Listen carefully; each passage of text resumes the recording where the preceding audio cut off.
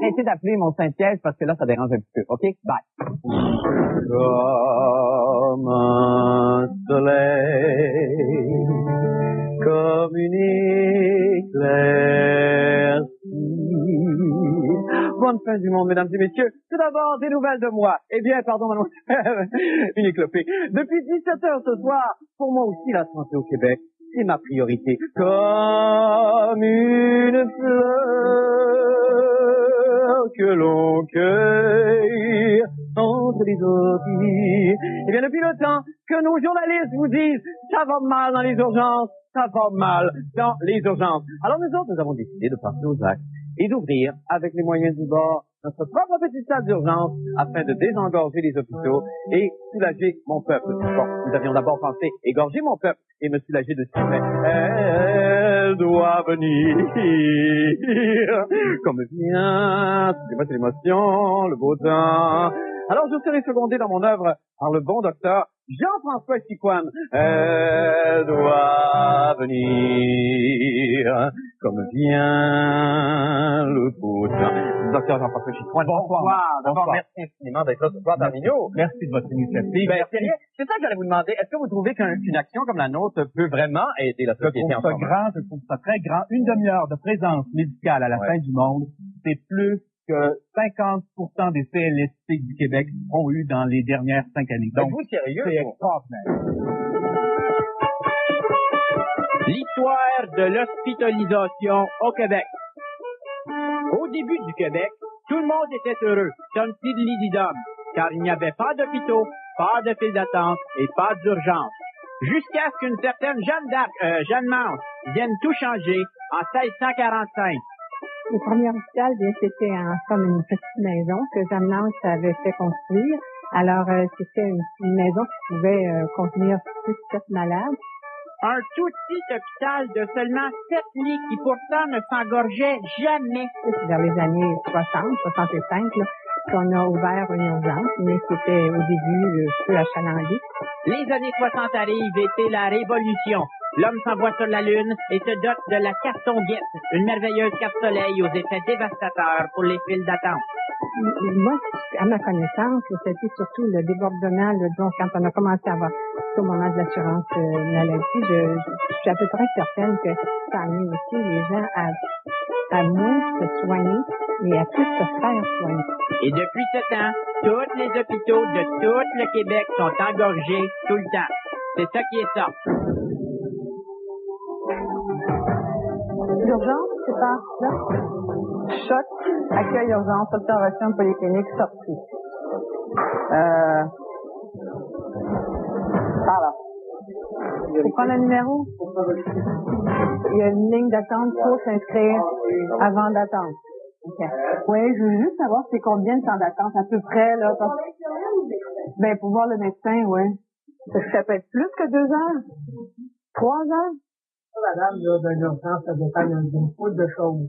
Il y a une infirmière pour tout le monde? C'est le même qui pourrait l'avoir deux. Je vais être là toute la journée, ça. Ben, au moins, 3. Faut pas être malade, hein? Ça fait longtemps que vous attendez? Depuis 10h moins quart. Depuis 10h moins quart ce matin? Fait que, on vient d'arriver, là. Peut-être tranquille. Ah, OK. Octobre 94. Je pense que j'ai déjà lu celui-là.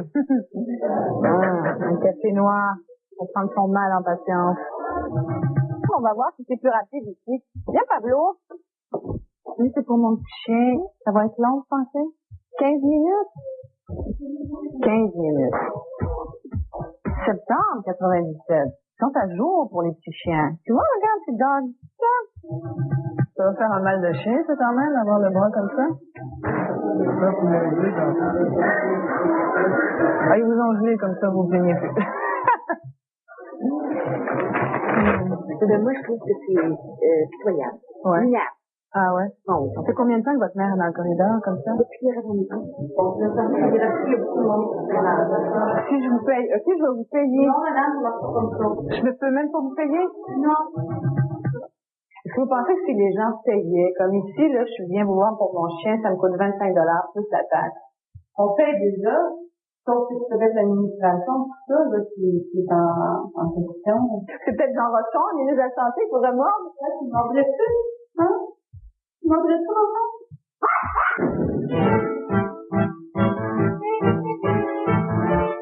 C'est en apprenant qu'environ 60% des Québécois sont prêts à débourser du cash pour obtenir plus rapidement un examen médical que la fin du monde a décidé de partir sa propre clinique privée.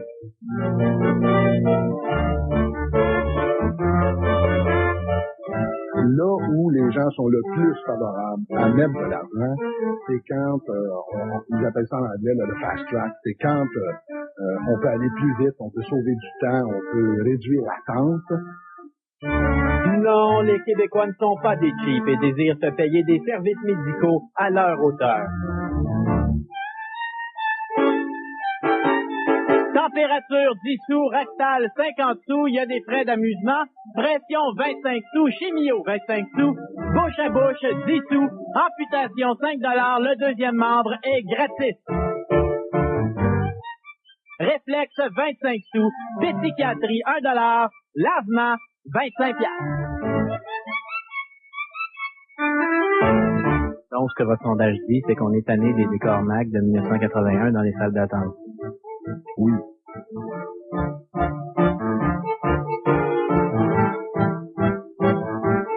Oh, ben, je suis bien fatigué de Saint-Tite.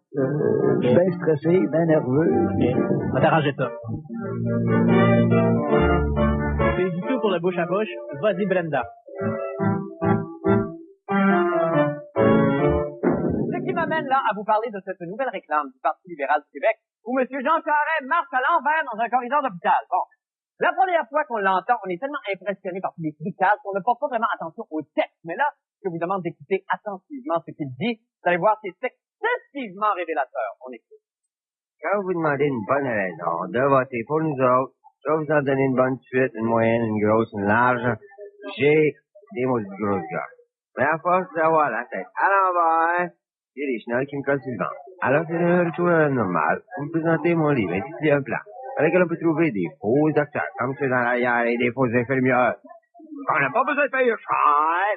Ça va être pareil. Je suis un fidèle auditeur de la série ER, ou salle d'urgence, et la médecine n'a plus de secret pour moi, car j'ai appris que la méthode la plus efficace pour sauver un patient, c'est la vitesse d'intervention. Exemple. Vous voyez devant moi ici, j'ai un cas de siège. Il s'agit d'un homme de race noire et d'âge moyen dilaté à 29 cm. Le temps presse, alors voici ce qu'il faut faire. Vite, on va le faire! Vite! Regarde! Oh mon Dieu! On le fait! On le fait! Il prend combien de temps l'autobus ici à peu près? 5 minutes? On va attendre. Lâche pas, mon vieux. Lâche pas. On le perd. Lâche pas. Garde! Garde! Garde, Ottawa! Ça fait combien de temps, là? 5 minutes? On le perd! On le perd! On le perd! On le perd!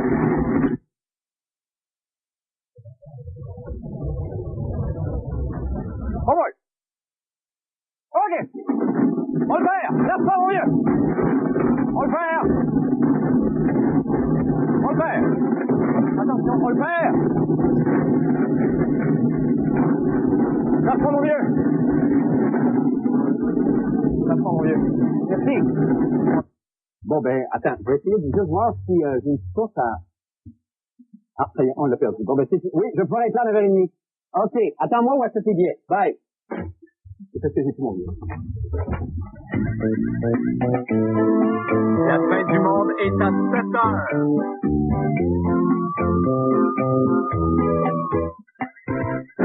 Avant de passer au topo de Jean-René Dupont, nous allons nous enquérir auprès du docteur Chicoine. Comment ça se passe là-bas, docteur? Bon, docteur. Très bien. Ça se passe bien? Un patient qui se décrit lui-même comme opportuniste et qui a une absence de maladie, mais ça va bien. Ah, ben ça me permet d'essayer ma formidable collection de Q-tips japonais.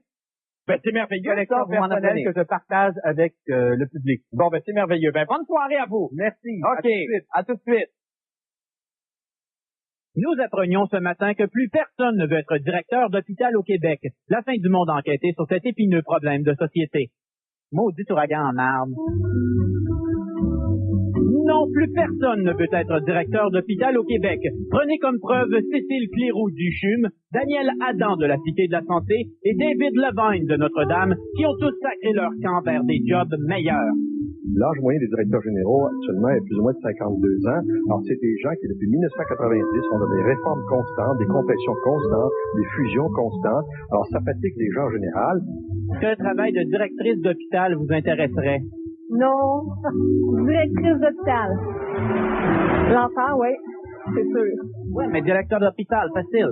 No all'estana, monate, no all'estana, formula greca, no all'estana. Si vous demandez la moyenne des salaires des hôpitaux, c'est beaucoup plus près de 100 000 que 130 000. 130 000, c'est le maximum. Et je pense que vous avez vu les cas récents. On a qu'à traverser la rivière pour que le salaire passe du simple au triple. Si on veut payer à leur juste valeur le travail considérable qui est fait par ces gens-là, il faut les payer pas un peu plus, mais beaucoup plus. 200 000? 450 000 $? 800 000? $20,000, $20,000 drachmas, $1,200. On n'est pas capable de payer ça au Québec. For the Quebec?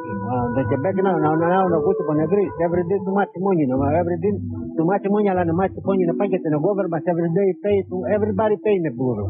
On dirait qu'au Québec, on a ce type de culture qui fait que si tu gagnes 100 000 $, tu as le bonheur d'avoir un job, tu dis merci, tu t'assis, et tu fais plus rien. Est-ce qu'ils donnent un cours pour ça, ou je sais pas? Too much working in Arvania, but people. The people are not working nothing. All Arvania working.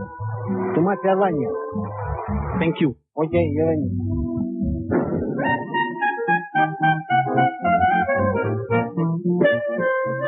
Alors, nous amorçons notre descente vers l'urgence de l'hôpital Comtois, un endroit où, à première vue, évidemment, il faut être malade pour venir ici, dans les deux sens, enfin, dans tous les sens du mot.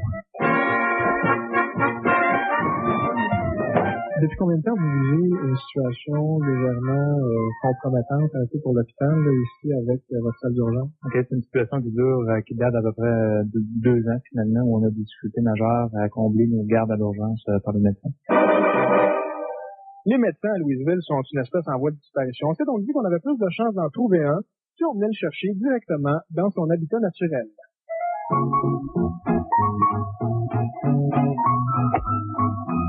Nous sommes à la recherche du médecin, M. Bastrache. Normand Bastrache.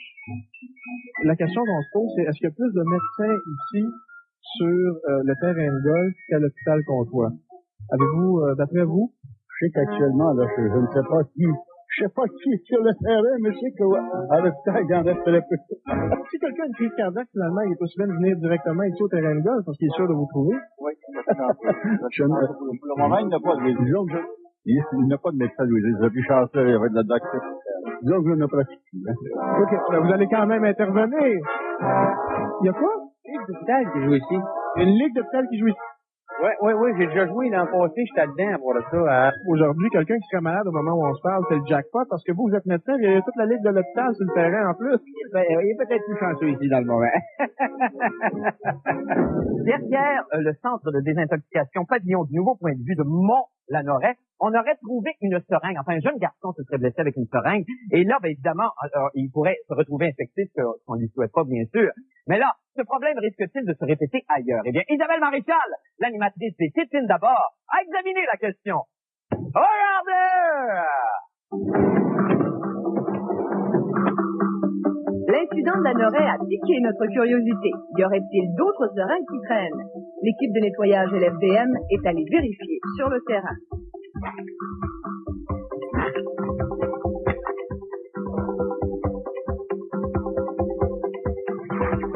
Ça, c'est une seringue utilisée.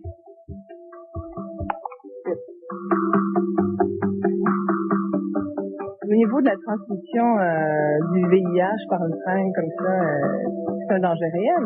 Je sais que le virus ne peut pas rester au contact de l'air et vivre. Alors, tout dépend de depuis combien de temps est-ce que le sang, à la limite, est frais dans la seringue. Là, je pense qu'il y a des réels dangers.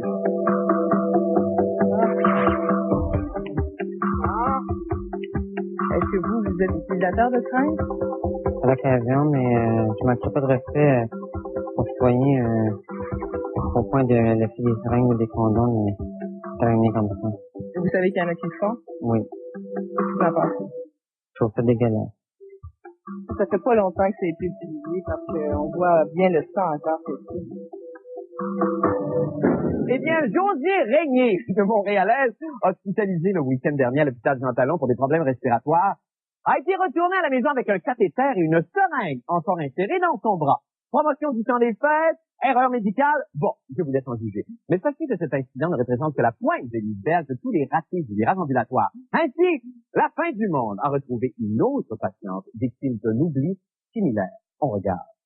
Nous avons passé la journée avec Madame Potomski, qui nous a accueillis dans son modeste oreiller de Côte-des-Neiges. Elle nous a livré son troublant témoignage. J'étais allé pour un examen de routine à l'hôpital. Le docteur a procédé à un toucher rectal et on m'a aussitôt renvoyé à la maison. Depuis ce jour, Madame Potomski doit vivre l'expérience douloureuse du toucher rectal permanent. Elle essaie de vaquer à ses activités normales, mais elle a peur de devoir finir ses jours dans ces conditions. Ce tableau a été peint par mon fils. Parfois, je m'ennuie de la Russie.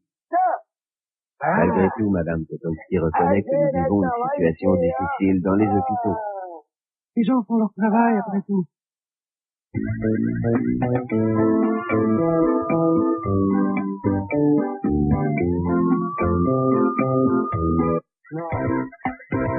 La fin du monde en bref maintenant. États-Unis, selon le Journal of the National Cancer Institute, les pigments de caroténoïdes que contiennent la tomate et les produits dérivés de la tomate diminueraient les risques de développer certains cancers, bonne nouvelle, comme ceux de la prostate, du pancréas, du poumon et colorectal. Cette information ne surprendra certainement pas les Indiens maoris de la Nouvelle-Zélande qui, comme tout le monde le sait, ne manquaient pas de faire bonne provision de ketchup avant de partir à la chasse.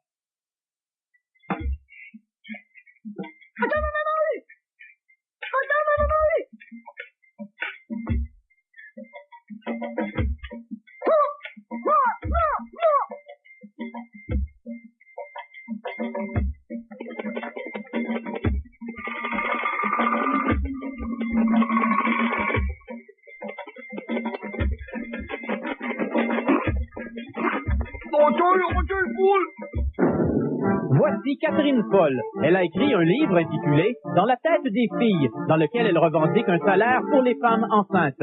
J'ai écrit un livre avec plein de petites histoires qui racontent l'attrait féministe, le fait que plein de gens, surtout ma génération, se vivent dans l'attrait féministe. Il y a juste 3 pages où je parle d'idées un peu plus féministes, puis les gens parlent plus de ces 3 pages-là. Je trouve ça révélateur de quelque chose. Voici Jean-René Dufort. Il a écrit lui aussi un livre intitulé « Dans la tête des gars », dans lequel il revendique un salaire pour les hommes enceintes.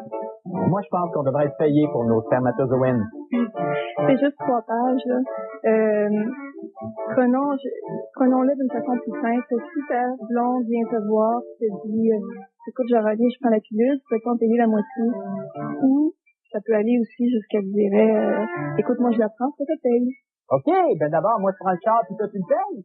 Bon, en tout cas, je pense que ça va prendre du temps, mais c'est un autre problème.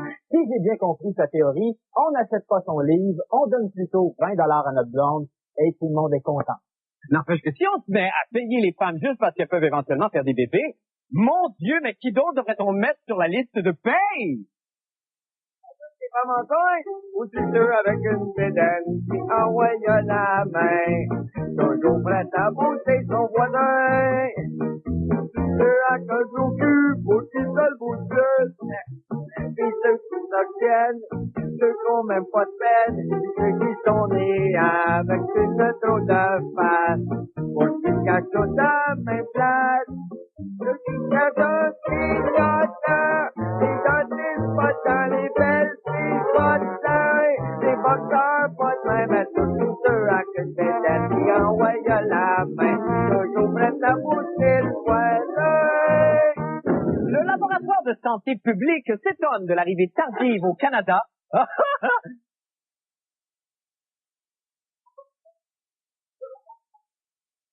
S'étonne de l'arrivée tardive au Canada du virus de la grippe. En effet, le virus de la souche de Sydney a déjà fait un ravage parmi la population européenne et chez les Australiens. D'ailleurs, il n'y a rien de plus triste, vous savez, qu'un kangourou qui bondit en mordant.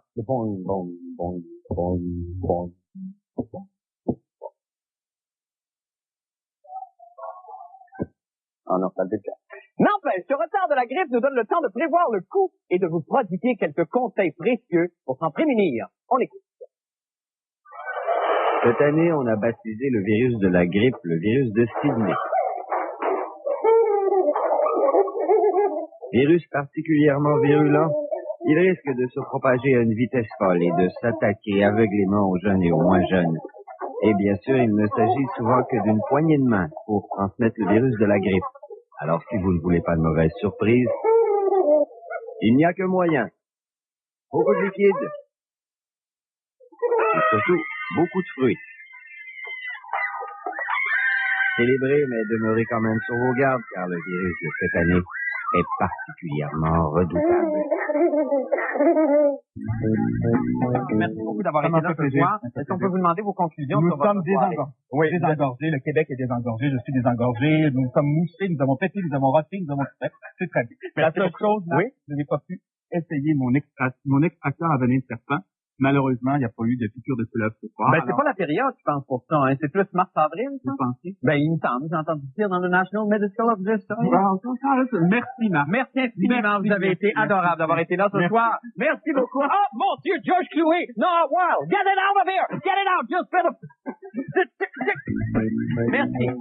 Très grand. Une demi-heure de présence médicale à la fin du monde, c'est plus que 50% des CLSC du Québec ont eu dans les dernières 5 années. Donc, êtes-vous sérieux? C'est extraordinaire. L'histoire de l'hospitalisation au Québec. Au début du Québec, tout le monde était heureux, comme Sidley-Didom, car il n'y avait pas d'hôpitaux, pas de files d'attente et pas d'urgence. Jusqu'à ce qu'une certaine Jeanne Mance vienne tout changer en 1645. Le premier hôpital, bien, c'était en somme une petite maison que Jeanne Mance avait fait construire. Alors, c'était une maison qui pouvait contenir 6-7 malades. Un tout à qui est ça. L'urgence, c'est pas là. Choc, accueil urgence, observation polyclinique, sortie. Par là. Faut prendre le numéro. Il y a une ligne d'attente pour s'inscrire avant d'attendre. Okay. Oui, je veux juste savoir c'est combien de temps d'attente à peu près, là. Parce... Ben, pour voir le médecin, oui. Parce que ça peut être plus que 2 heures. 3 heures. Madame, là, dans l'urgence, ça dépend d'une foule de choses. Il y a une infirmière pour tout le monde. C'est le même que vous pouvez l'avoir. Je vais être là toute la journée. Ben, au moins. Et d'ouvrir, avec les moyens du bord, notre propre petite salle d'urgence afin de désengorger les hôpitaux et soulager mon peuple. Bon, nous avions d'abord pensé égorger mon peuple et me soulager de ce qui fait. Elle doit venir comme vient, c'est l'émotion, le beau temps. Alors je serai secondé dans mon œuvre par le bon docteur Jean-François Chicoine. Elle doit venir comme vient le beau temps. Docteur Jean-François Chicoine, bonsoir. D'abord, merci infiniment d'être là ce soir parmi nous. Merci de votre initiative. Ben, c'est ça que j'allais vous demander. Est-ce que vous trouvez qu'une action comme la nôtre peut vraiment aider la société en ce moment? Je trouve ça très... Essayez d'appeler mon Saint-Siège parce que là, ça dérange un petit peu. OK? Bye. Comme un soleil, comme une éclaircie. Bonne fin du monde, mesdames et messieurs. Tout d'abord, des nouvelles de moi. Eh bien, pardon, mademoiselle, une éclopée. Depuis 17 heures ce soir, pour moi aussi, la santé au Québec, c'est ma priorité. Comme une fleur que l'on cueille entre les orties. Eh bien, depuis le temps que nos journalistes vous disent « ça va mal dans les urgences », ça va mal dans les urgences. Alors nous autres, nous avons décidé de passer au Petit hôpital de seulement 7 lits qui pourtant ne s'engorgeait jamais. C'est vers les années 60, 65, là, qu'on a ouvert une urgence, mais c'était au début peu achalandé. Les années 60 arrivent et c'est la révolution. L'homme s'envoie sur la Lune et se dote de la carton-guette, une merveilleuse carte-soleil aux effets dévastateurs pour les files d'attente.